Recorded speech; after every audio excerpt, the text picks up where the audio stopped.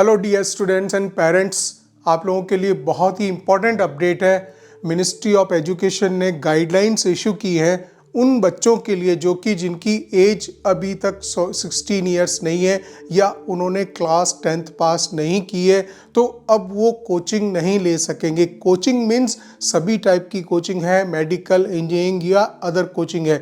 जितनी भी organised coachings हैं पूरे इंडिया में जो भी चलती हैं, उनके लिए अब ये कंडीशन होगी कि अगर बच्चे की एज 16 ईयर्स नहीं है या उसने क्लास 10th पास नहीं किया है तो वो फिर किसी कोचिंग इंस्टीट्यूट में एडमिशन नहीं ले पाएगा, कोचिंग नहीं ले पाएगा। तो ये गाइडलाइंस इशू हुई हैं और उसमें बहुत सारे पॉइंट्स हैं, तो मैं वन बाय वन सारे पॉइंट्स आपको क्लियर करूंगा कि क्या कंडीशन है। देखिए, no coaching for less than 16 years of student. 16 साल का बच्चा है और उससे कम एज का है, तो कहने का मतलब जो भी coaching institute pre foundation course, nurture course या जो क्लास 9th की कोचिंग देते थे, 8th की, 7th, 6, 5, क्लास 4th तक की जो कोचिंग चलती थी पीछे वाली क्लासेस की, वो कोचिंग्स अब बंद हो जाएंगी। मेन रीज़न है मिनिस्ट्री ऑफ एजुकेशन की तरफ से गाइडलाइंस, और उन गाइडलाइंस में मेन पॉइंट यही रहेगा कि यदि बच्चा 10th क्लास पास नहीं किया हुआ है तो फिर वो कोचिंग नहीं ले सकता। After clearing the class 10th वो किसी कोचिंग इंस्टीट्यूट में एडमिशन ले सकता है या उसकी एज जो है 16 ईयर्स या अबव हो। लेस देन 16 ईयर्स बच्चा एडमिशन कोचिंग इंस्टीट्यूट में नहीं ले सकता। तो ये सारे इंपॉर्टेंट पॉइंट्स हैं, वो मैं वन बाय वन आपको क्लियर करूंगा। इंपॉर्टेंट कि इसका जो डिस्क्रिप्शन है वीडियो का, उसमें पूरा जो कि मिनिस्ट्री ऑफ एजुकेशन से गाइडलाइंस दी गई हैं उसका पूरा लिंक अवेलेबल है हिंदी और इंग्लिश में। वो पूरा आप डाउनलोड करके सारी डिटेल्स देख सकते हैं। बहुत ही ज़्यादा डिटेल्स हैं, लेकिन हम उसको समराइज फॉर्म में इसको देखने वाले हैं कि क्या चीज़ें हैं। इसमें जो मेन हाइलाइट्स हैं वो ये है कि एटलीस्ट ये दो मेन पॉइंट हैं, इन दोनों पॉइंट्स के बिना कोई भी कोचिंग इंस्टीट्यूट अपने किसी बच्चे को एडमिशन नहीं दे पाएगा। और यदि उसका देख रहे हैं कि 16 ईयर्स से अगर लेस देन एज है तो बिल्कुल वो एडमिशन नहीं ले पाएगा। और दूसरा पॉइंट है क्लास 10 एंड अबव की कोचिंग हो सकती है। तो ये नंबर 1 पॉइंट हो गया। सेकंड पॉइंट ये है कि अगर कोई कोचिंग इस तरह की ऑर्गेनाइज, देखिए आपको पता है कि जो ऑर्गेनाइज कोचिंग इंस्टीट्यूट्स हैं वो तो बहुत सारी गाइडलाइंस को ऑलरेडी फॉलो कर रहे हैं, लेकिन कई ऐसे छोटे कोचिंग इंस्टीट्यूट्स हैं जो क्या करते हैं कि बहुत तरह की इलीगल एक्टिविटीज़ में इन्वॉल्व होते हैं। वहाँ जो बच्चों की संख्या है वो ज़्यादा दिखाते हैं, उनके जो रिज़ल्ट्स आए हुए होते हैं उन रिज़ल्ट्स को और कुछ हाईलाइट किया होता है। जो वहाँ पे बोर्ड पे रिज़ल्ट्स होते हैं उनकी वेबसाइट पे गलत रिज़ल्ट मेंशन कर देते हैं। तो वो बहुत सारी चीज़ें हैं, उनकी वेबसाइट को अपडेट करना से रिलेटेड बहुत सारी पॉइंट्स हैं ऐसे, जो कि मैं समराइज फॉर्म में कोशिश करूँगा कि कितना मैं बता पाऊँ। बाकी आप जो है इसमें डिस्क्रिप्शन में जाके और पूरा दोनों हिंदी और इंग्लिश में जो गाइडलाइंस हैं मिनिस्ट्री ऑफ एजुकेशन की तरफ से वो पूरा डाउनलोड कर सकते हैं, फिर वहाँ पे उसको देख सकते हैं। अराउंड 13 पेजेस की पूरी कंप्लीट गाइडलाइंस हैं। तो देखिए, सेकंड पॉइंट क्या है, अगर कोई कोचिंग इंस्टीट्यूट ऐसा करता हुआ पाया गया कि उसने इन चीज़ों को फॉलो नहीं किया गाइडलाइंस को, तो उस पर पेनल्टी 1 लाख रुपए की, या फिर उसका जो कोचिंग सेंटर का जो रजिस्ट्रेशन है वो कैंसिल हो सकता है। दूसरा, थर्ड पॉइंट, इंपॉर्टेंट पॉइंट, ये गाइडलाइंस में इंक्लूडेड है कि टीचर या फैकल्टी जो किसी कोचिंग सेंटर का होता है उसके जो मिनिमम उसका जो क्वालिफिकेशन है वो ग्रेजुएशन होना चाहिए, अदरवाइज वो उसमें पार्टिसिपेट नहीं कर सकता, किसी कोचिंग में काम नहीं कर सकता। अगर मान लीजिए ऐसा नहीं है, ये कैसे होगा, ये उनको वेबसाइट पे जाके सारी चीज़ें अपडेट करनी पड़ेंगी। टीचर का उसकी पूरी प्रोफाइल होगी, उसका फ़ोटो होगा, उसकी सारी क्वालिफिकेशन मेंशन्ड होगी, तभी फिर वो किसी कोचिंग इंस्टीट्यूट में पढ़ा पाएगा। ठीक है ना। और ये सारी चीज़ें जो होनी चाहिए वो उनकी पर्टिकुलर वेबसाइट होगी। रजिस्ट्रेशन जब करेंगे तो उनको वेबसाइट अपनी मेंटेन करनी पड़ेगी, उसमें ये सारी चीज़ें वहाँ पे डिटेल दिखानी पड़ेंगी। कोचिंग सेंटर का जो है रजिस्ट्रेशन होगा बाकायदा और वो वेबसाइट पे शो होने वाला है। ऑल द इंफॉर्मेशन, सारी इंफॉर्मेशन उनको देनी पड़ेगी। टीचर्स के बारे में बताना पड़ेगा, कोर्सेज कौन कौन से वो कंडक्ट कर रहे हैं वो उसकी डिटेल पूरी देनी पड़ेगी। स्टूडेंट्स का पूरी हिस्ट्री देनी पड़ेगी कि कितने स्टूडेंट्स उसमें से सेलेक्ट हुए हैं और एट प्रेजेंट आपके कोचिंग सेंटर में कितने बच्चे हैं, उसकी भी पूरी डिटेल वेबसाइट पे अपडेट करनी पड़ेगी। ऐसा नहीं है कि वहाँ पे बच्चे अंदर और कुछ दिख रहे हैं, बाहर और कुछ दिख रहे हैं वेबसाइट पे, तो वो चीज़ मैच करेगी। आप इनको जो फीस के रेगुलेशंस हैं वो पूरी तरह से क्लियरली मेंशन करने पड़ेंगे। यदि कोई बच्चा कोचिंग इंस्टीट्यूट छोड़ के जाता है तो उसको 10 दिन के अंदर अंदर उसको रिफ़ंड करना पड़ेगा। जो भी रिफ़ंड की कंडीशंस हैं वो तो कोचिंग सेंटर मेंशन करेंगे कि भाई इस कंडीशन में हम इतना इतना रिफ़ंड करेंगे, बट वो जो केस है वो विद इन 10 डेज सॉल्व हो जाना चाहिए। कई कोचिंग इंस्टीट्यूट्स ऐसे होते हैं कि बच्चा एडमिशन लेने के टाइम पे तो वो दे देते हैं, फ़ीस पूरी ले लेते हैं, लेकिन बच्चा यदि छोड़ के जाना चाहे तो फिर उसके लिए ऑप्शन नहीं होता, वो चक्कर काटता रहता है, उसको पैसा मिलता नहीं है। तो यहाँ पे स्ट्रिक्ट गाइडलाइंस है कि विद इन 10 डेज उसका केस रिजॉल्व हो जाना चाहिए यदि वो कोचिंग में आगे फर्दर कंटिन्यू नहीं करना चाह रहा है। ठीक है ना, तो इस तरह की बातें हैं। नंबर ऑफ स्टूडेंट्स दिखाना पड़ेगा, मैं वेबसाइट की बात कर रहा हूँ। और हॉस्टल फैसिलिटी, अगर कोचिंग के साथ में हॉस्टल फैसिलिटी अटैच की हुई है, वो कोचिंग सेंटर हॉस्टल देता है तो हॉस्टल की पूरी डिटेल देनी पड़ेगी। वो भी वेबसाइट पे मेंशन होगी कि मतलब यहाँ पे आपने कितने कितने बच्चे रखे हुए हैं, उनकी फीसेस क्या हैं, और हॉस्टल के बारे में कि अगर हॉस्टल के बारे में उन्होंने कोचिंग सेंटर में एडमिशन देने के समय में हॉस्टल के चार्जेस ले लिए तो उसमें से एक भी पैसा कट नहीं किया जाएगा। जिस दिन बच्चा छोड़ के जाएगा उसका बाकी बकाया पैसा पूरा हॉस्टल का और जो भी उस पैसा बचता है वो उसको रिफ़ंड किया जाएगा। कई हॉस्टल्स ऐसे हैं जो कि पैसा ले लेते हैं फिर बाद में बोलते हैं कि रिफ़ंड इसमें नहीं होता, ये कंडीशन भी नहीं होगी। और आगे पॉइंट्स देखते हैं। देखिए, गाइडलाइंस के कुछ इंपॉर्टेंट बिंदु मैंने क्लियर कर दिए थे और ये पॉइंट्स हैं, इनको भी आप समझ लें। और पूरी डिटेल मैंने बताया आपको कि वो डिस्क्रिप्शन में अवेलेबल है और उसका लिंक अवेलेबल है, उसको डाउनलोड कर लें। 13 पेजेस हैं, हिंदी इंग्लिश दोनों में है, तो आराम से आप उसको पूरा डिटेल में पढ़ सकते हैं। ठीक है ना। यहाँ पे जो गाइडलाइंस हैं उसमें और भी चीज़ें हैं कि that includes all type of coaching centres. India में बहुत तरह की कोचिंग चलती हैं, ठीक है ना, और उन कोचिंग्स में बच्चे जो हैं अबाउट 10th क्लास कई तरह की एडमिशन लेते हैं, होती है कोचिंग। उसमें मैनेजमेंट आ गया, दूसरे कॉमर्स रिलेटेड है, मेडिकल और इंजीनियरिंग ही नहीं है, और बहुत तमाम तरह की कोचिंग्स चलती हैं।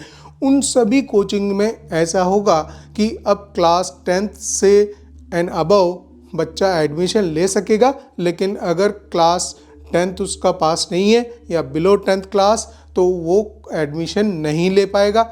ये नंबर 1 पॉइंट। और जो 16 ईयर्स से जिसकी एज कम है उसको भी कोचिंग में कोचिंग सेंटर्स जो है एडमिशन नहीं दे पाएंगे। तो ये इम्पॉर्टेंट अपडेट हुआ। ये दिस इज़ 1 पॉइंट। रजिस्ट्रेशन की कंडीशन होगी, रजिस्ट्रेशन की जो गाइडलाइंस कोई भी कोचिंग सेंटर है उसका रजिस्ट्रेशन जो होगा उसको साइकोलॉजिस्ट रखने पड़ेंगे, काउंसलर्स रखने पड़ेंगे, और उनके अपॉइंटमेंट्स बाकायदा करके और उनको वेबसाइट पे शो करना पड़ेगा। वो उसकी क्या कंडीशन है आप जान ही रहे हो कि क्यों इतना मिनिस्ट्री ऑफ एजुकेशन को इतना हार्ड डिसीजन लेना पड़ रहा है। उसके पीछे मेन रीज़न यही है कि यहाँ पे जितनी कंडीशन है जग जाहिर है, सबको मालूम है कि ऐसा क्यों हो रहा है, ठीक है ना। तो वहाँ ये साइकोलॉजिस्ट होंगे, और जब कोई बच्चा स्ट्रेस में होता है, कोई चीज़ होती है, तो वो सारी चीज़ें ये लोग प्रोवाइड करेंगे। काउंसलर्स होंगे, तो किसी भी पेरेंट का उस पर बच्चे पे दबाव ना हो। मालूम चला कि वो बच्चा जो एडमिशन ले रहा है वो पेरेंट्स के प्रेशर की वजह से एडमिशन ले लिया, वो चीज़ नहीं चलेगी। फ्रेंड्स, ठीक है ना, क्योंकि वो भी एक बहुत बड़ा पॉइंट होता है। और तो काउंसलर्स उस चीज़ को हैंडल करेंगे कि क्या वो अपनी इच्छा से वो पढ़ना चाह रहा है, सारी बातें। तो इनका बहुत ही इंपॉर्टेंट रोल होता है कोचिंग सेंटर्स में, और उसको यूज़ भी करना चाहिए, बच्चों को यूज़ करना चाहिए, पेरेंट्स को उस बात को समझना चाहिए, ठीक है ना। तो ये इंपॉर्टेंट कंडीशन इन्होंने डाली है कि वो जो साइकोलॉजिस्ट हैं और काउंसलर्स हैं उनको वो अपॉइंट करके रखेंगे। जो बड़े कोचिंग इंस्टीट्यूट्स हैं, ऑर्गेनाइज कोचिंग इंस्टीट्यूट्स हैं, वो ऑलरेडी इन गाइडलाइंस को फॉलो कर रहे हैं। मैं उनकी बात कर रहा हूँ जो अनऑर्गेनाइज्ड सेक्टर्स हैं कोचिंग सेंटर में, ठीक है। तो नेक्स्ट पॉइंट हमारे पास में है कि कोई भी कोचिंग सेंटर भ्रामक वादे, झूठी रैंक या मार्क्स की गलत गारंटी नहीं देगा। अगर वो देता है तो वो इलीगल एक्शन काउंट होगा, और सारी चीज़ें अपडेट करनी पड़ेंगी वेबसाइट पे। अगर वेबसाइट पे देख रहे हैं, आप देख रहे हैं कि बहुत सारे ऐड आते हैं बाकायदा, जैसे ही रिजल्ट आते हैं तो दनादन पेपर्स पे जो जिस तरह की न्यूज़ आती है उसमें बहुत सारे रिजल्ट खरीदे जाते हैं, और वो बिल्कुल साफ साफ सबको मालूम है कि वो एक ही स्टूडेंट को 4 जगह कोचिंग इंस्टीट्यूट्स में दिखाया जाता है। तो वो चीज़ नहीं होगी। वो रेगुलर स्टूडेंट होगा किसी कोचिंग इंस्टीट्यूट का, तो उसी की रैंक या उसके मार्क्स, और वो भी ओरिजिनल मार्क्स, वो पहले वेबसाइट पे मेंशन होंगे और उसके बाद में वो किसी पेपर वगैरह में उसको डाल सकता है। तो ये जो सारी चीज़ें आ रही हैं कि कोई भी कोचिंग सेंटर ऐसा नहीं कि भ्रामक वादे करे कि हम इतनी रैंक देते हैं, हमने मतलब ये रैंक दी है, इस टाइप की चीज़ें होती हैं। स्पेशली मेडिकल और इंजीनियरिंग में आपको पता है कि कितना बातों को बहुत ज़्यादा घुमा दिया जाता है बच्चों को और पेरेंट्स को, तो इस बात की बिल्कुल हवा भी नहीं लग पाती है। तो ये चीज़ें होती हैं, झूठी रैंक दिखा दी जाती है, ठीक है ना, मार्क्स उनके गलत दिखा दिए जाते हैं, स्टूडेंट का फेस ही चेंज कर दिया जाता है, उसकी जगह दूसरा बच्चा होता है, ठीक है ना, वो होता ही नहीं है, ठीक है, या पुराना कोई रिजल्ट है उसको अपडेट करके उसको दिखा देते हैं। तो बहुत सारी गड़बड़ियाँ चलती हैं। इन बातों के बारे में मैं स्टूडेंट्स को और स्पेशली पेरेंट्स को मैं अवेयर करना चाहता हूं कि ये वेबसाइट पे चेक करें, और इससे पहले जहां एडमिशन लेने जा रहे हैं कोचिंग सेंटर में, वो भी क्लैरिटी रखें कि क्या ये सत्य है, ये जो कह रहे हैं सारी बातें सत्य हैं, तो आप आगे एडमिशन लीजिए, ठीक है। एक और गाइडलाइन में इंक्लूडेड है पॉइंट कि जैसे ही बच्चा एडमिशन ले लेता है उसके बाद में उसके बहुत सारे चार्जेस उसके से लिए जाते हैं, ठीक है ना, कि मतलब नोट्स हो गए, दूसरी अन्य सामग्री कुछ भी दे रहे हैं, उसको यूनिफॉर्म दे रहे हैं तो उसके भी चार्जेस ले रहे हैं, और वो सब चीज़ें जो होंगी वो इनिशियली जो आपकी जो फीस ली जाती है उसमें इंक्लूड की जाएगी। कहने का मतलब ये है, मिनिस्ट्री ऑफ एजुकेशन ये चाहती है कि बाद में परेशान नहीं किया जाए छोटी छोटी चीज़ों के लिए। पहले फ़ीस ले ली, फिर बाद में बोला कि ये वाली चीज़ आपको लेनी पड़ेगी, ये फ़ीस में इंक्लूडेड नहीं था। अब आप समझिए कि क्या प्रॉब्लम हो रहा है कि तुमने फ़ीस लिया, उसमें मैं मेंशन नहीं किया ये पॉइंट्स की क्या क्या तुम्हें इसमें देना था, ठीक है ना, तो वो बाद में उसके चार्जेस लगा देते हैं और वो अननेसेसरी प्रॉब्लम बनती है। तो ये वाली चीज़ जो पॉइंट नंबर 8 है वो इसीलिए मेंशन किया गया है गाइडलाइंस में। यदि स्टूडेंट कोचिंग से संलग्न हॉस्टल में रह रहा है तो फिर कोचिंग छोड़ते समय पूरी फीस रिफंड होगी। यहाँ पे भी बड़ा पॉइंट आता है, ठीक है, जहाँ स्पेशली जैसे कोटा में यहाँ पे क्या करते हैं कि हॉस्टल्स जो है फीस ले लेते हैं, और जब वो बच्चा छोड़ के जाना चाहता है तो वहाँ फिर दिक्कत आती है कि वो हम 11 महीने की हमने पूरी हॉस्टल फीस ले ली है।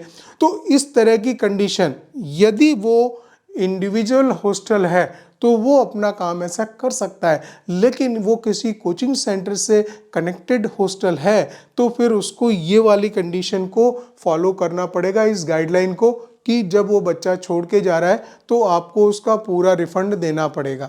1 महीने की बात अलग हो सकती है, 15 दिन की बात अलग हो सकती है कि 15 दिन का पैसा नहीं दे, लेकिन जो नेक्स्ट मंथ है या अगले 11 महीने का अगर फीस डिपॉजिट है that you have to refund, ठीक है। तो ये पॉइंट क्लियर हो गया आपका। इसके बाद में है कि यदि स्टूडेंट स्कूल में पढ़ रहा है तो स्कूल टाइम में नो कोचिंग। अगर वो स्टूडेंट स्कूल में जाता है तो उसी सेम टाइम पे वो कोचिंग इंस्टीट्यूट उस बच्चे को कोचिंग नहीं दे पाएगा। ये न्यू, फ्रेश अपडेटेड गाइडलाइंस हैं मिनिस्ट्री ऑफ एजुकेशन की तरफ से, ठीक है ना। तो इनकी ठीक है कि ये आज की डेट में गाइडलाइंस इशू की गई हैं, लेकिन जो दी मोस्ट इम्पॉर्टेंट पॉइंट था वो तो इंटैक्ट रहने वाला है। कुछ गाइडलाइंस ऐसी हैं जिनमें कि लूज पोल है, जो कि आपको पता है हम इंडिया में रह रहे हैं तो कई चीज़ों को जो है इतना गाइडलाइंस होने के बावजूद भी वो फॉलो नहीं हो पाती हैं। लेकिन सबसे बड़ी जो इम्पॉर्टेंट पॉइंट है कि यदि बच्चा 10th पास नहीं है और दूसरा आगे उसकी एज जो है 16 साल से कम है, तो फिर वो किसी कोचिंग में एडमिशन नहीं ले पाएगा। तो ये जो पूरे कोर्सेज कई सारे चला रखे थे, प्री फाउंडेशन, प्री नर्चर, ये जो कई कोर्सेज के नाम हैं जो कि 10th से पीछे के कोर्सेज होते थे, ठीक है, तो वो सारे कोर्सेज अब बिल्कुल भी, जितने भी बहुत बड़े हाईलाइटेड कोचिंग इंस्टीट्यूट्स हैं तो उनको तो, ऑर्गेनाइज कोचिंग इंस्टीट्यूट्स की मैं बात कर रहा हूँ, तो उनको तो बंद करना पड़ेगा। तो ये मैंने अपनी तरफ से आपको गाइडलाइंस बताए, और ये अभी इसलिए ज़रूरी है क्योंकि बच्चे जो है एडमिशन लेने जा रहे हैं तो उनको इस चीज़ का पता हो कि आगे ये फर्दर जो है ये चीज़ कितनी इम्प्लीमेंट होती है, मिनिस्ट्री ऑफ एजुकेशन इसको कितना फॉलोअप करवाती है और गाइडलाइंस पे कितना स्ट्रिक्ट होती है, वो डिपेंड करेगा, वो आगे आने वाला टाइम बताएगा। लेकिन जो अभी हाल फिलहाल लेटेस्ट इन्फॉर्मेशन है वो मैं आपके साथ में शेयर कर रहा हूँ। डिस्क्रिप्शन बॉक्स में अगेन मैं बोल रहा हूँ कि वो पूरी डिटेल्स, पूरा जो नोटिस है गाइडलाइन का वो अवेलेबल है, लिंक दिया हुआ है, उसको आप डाउनलोड कर लीजिए, उसको 100% पूरा पढ़ लीजिए ध्यान से कि क्या लिखा हुआ है। All the best.